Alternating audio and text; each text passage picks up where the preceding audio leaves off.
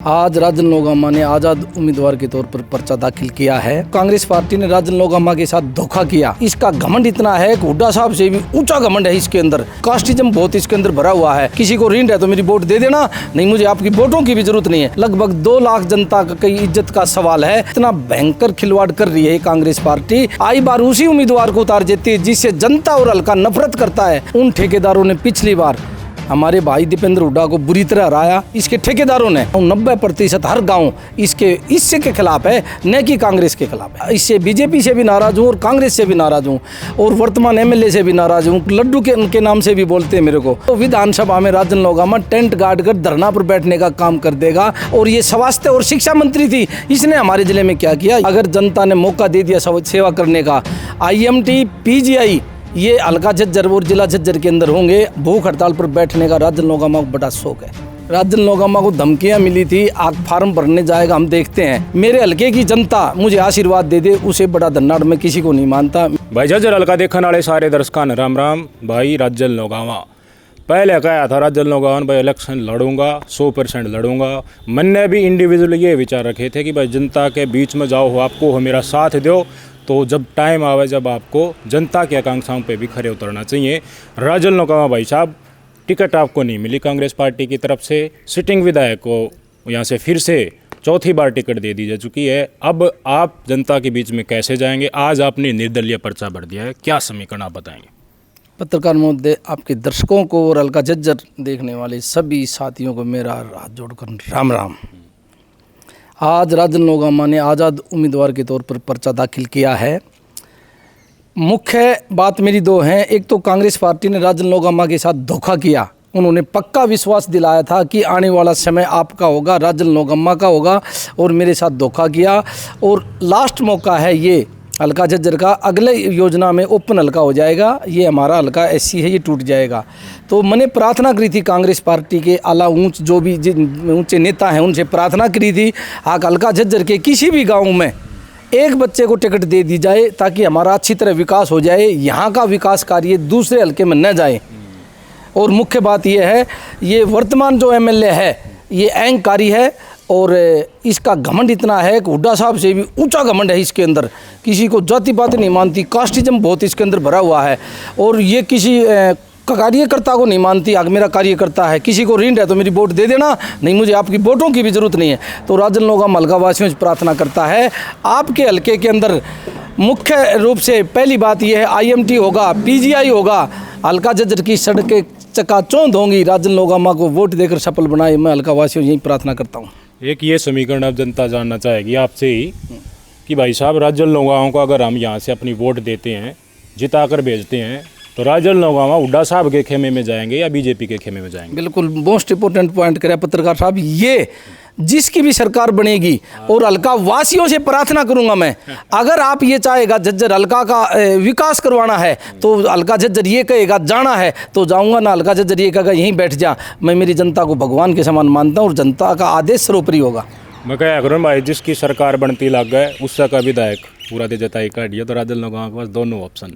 जब आप असमंजस में रहते हो, उस असमंजस का सोल्यूशन राजन लोगामा बताने की कोशिश कर रहे हैं कि वो सरकार किसकी बन जा, नतीजाती बेरा पड़ जाएगा। आप मन विधायक बनाए काट दोगा तो आपका आशीर्वाद लेकर विपक्ष में बैठने का तो फायदा आपने देख लिया होगा। अपने हल्के में कुछ है नहीं, सत्ताधारी पार्टी का विधायक या सरकार में उसका हिस्सा हो, उस तय बहुत बड़ा फायदा मिला है।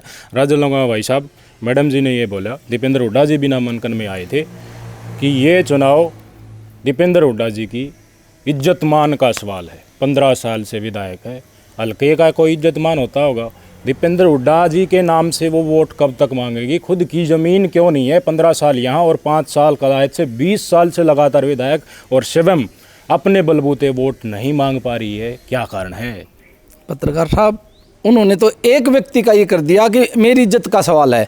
इस हल्के में कितने व्यक्ति हैं, कितनी बहन बेटियां हैं, कितनी जनता है? लगभग 2 लाख जनता की इज्जत का सवाल है। मेरे हल्के के अंदर क्यों नहीं? इतना भयंकर खिलवाड़ कर रही है कांग्रेस पार्टी। हमारे हल्के को कुछ नहीं मांग रही। आई बार उसी उम्मीदवार को उतार देती है जिससे जनता और हल्का नफरत करता है, और मैं खुद नफरत करता हूँ। ये क्लियर कट आपके माध्यम से बोलना चाहता हूँ। हल्का झज्जर का यहाँ का MLA होगा और विकास की लहर आएगी, चाहे वो राजन लोगामा हो, चाहे और भाई हो, लेकिन आज़ाद उम्मीदवार के तौर पर राजन लोगामा ने आज पर्चा दाखिल कर दिया। सिर्फ ये करा कि हल्के की आवाज़ उठाने के लिए मैं मैदान में आया हूँ। मैं अपने लिए कुछ नहीं करता। मेरी जितनी भी ये सेवाएं हैं, जितनी मेरी हिम्मत है, मैं हल्का झज्जर के लिए हमेशा सेवा करने के लिए तैयार रहूँगा।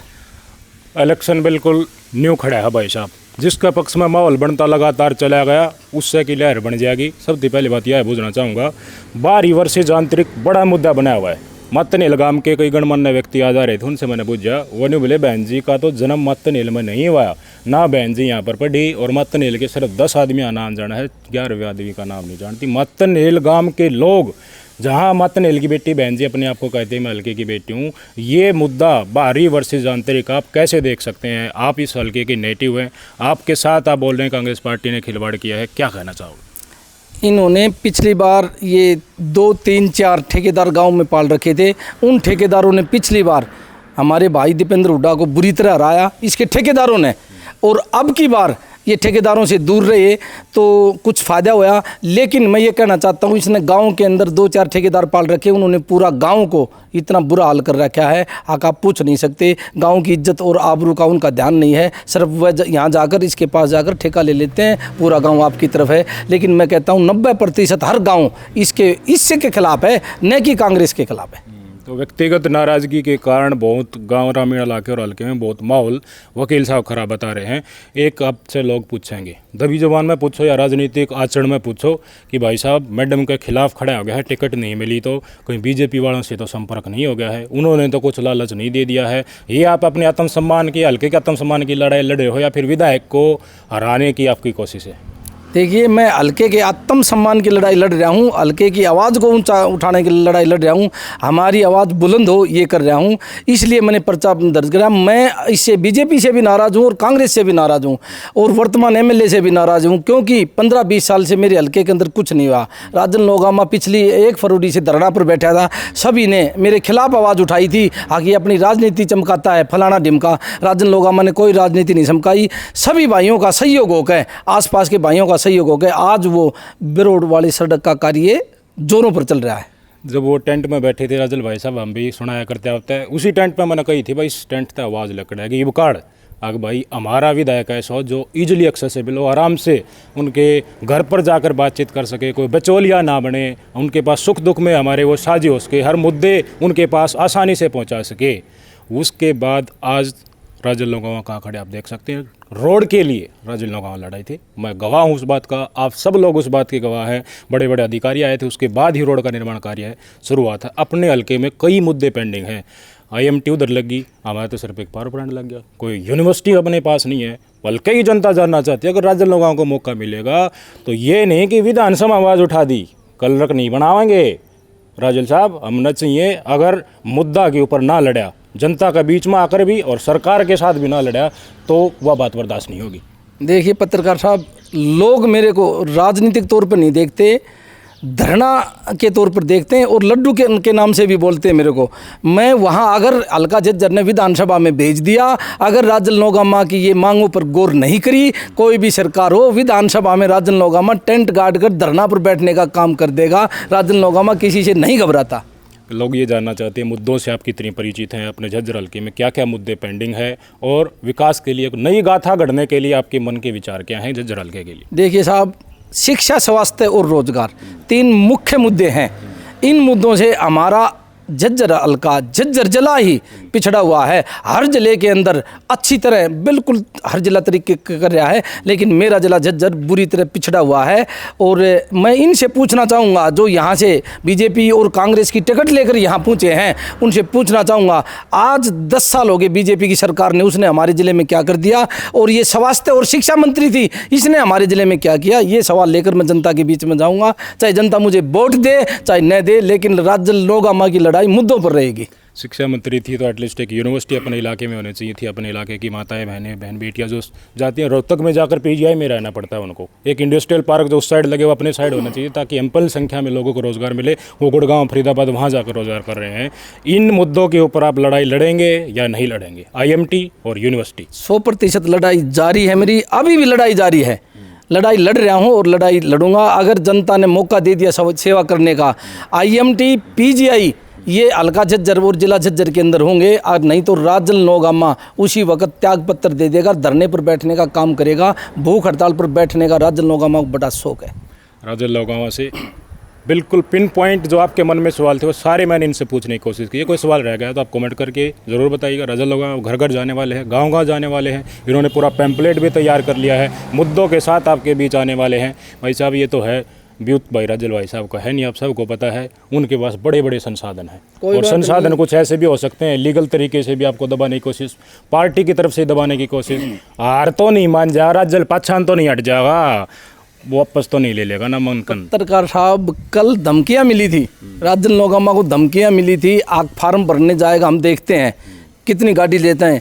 मैं मेरे गांव के नौगावा दादा धान मंदिर पर 9 बजे पहुंचा और धोक पूजा करने के बाद राजल नौगामा वहां से गया और फार्म अप्लाई कराया। धमकियों से राजल नौगामा डरने वाला नहीं है, न किसी कीमत पर टूटने वाला है राजल नौगामा। रही बात गरीब की, मेरे हल्के की जनता मुझे आशीर्वाद दे दे, उसे बड़ा धन्यवाद मैं किसी को नहीं मानता। मेरे हल्के की जनता से मैं प्रार्थना करूँगा और राजल नौगामा को ज़्यादा से ज़्यादा वोट देकर सफल बनाए। आपका बेटा, आपका भाई राजल नौगामा आपकी 24 घंटा सेवा में तैयार रहेगा। बहुत बहुत धन्यवाद वकील साहब। नमस्कार।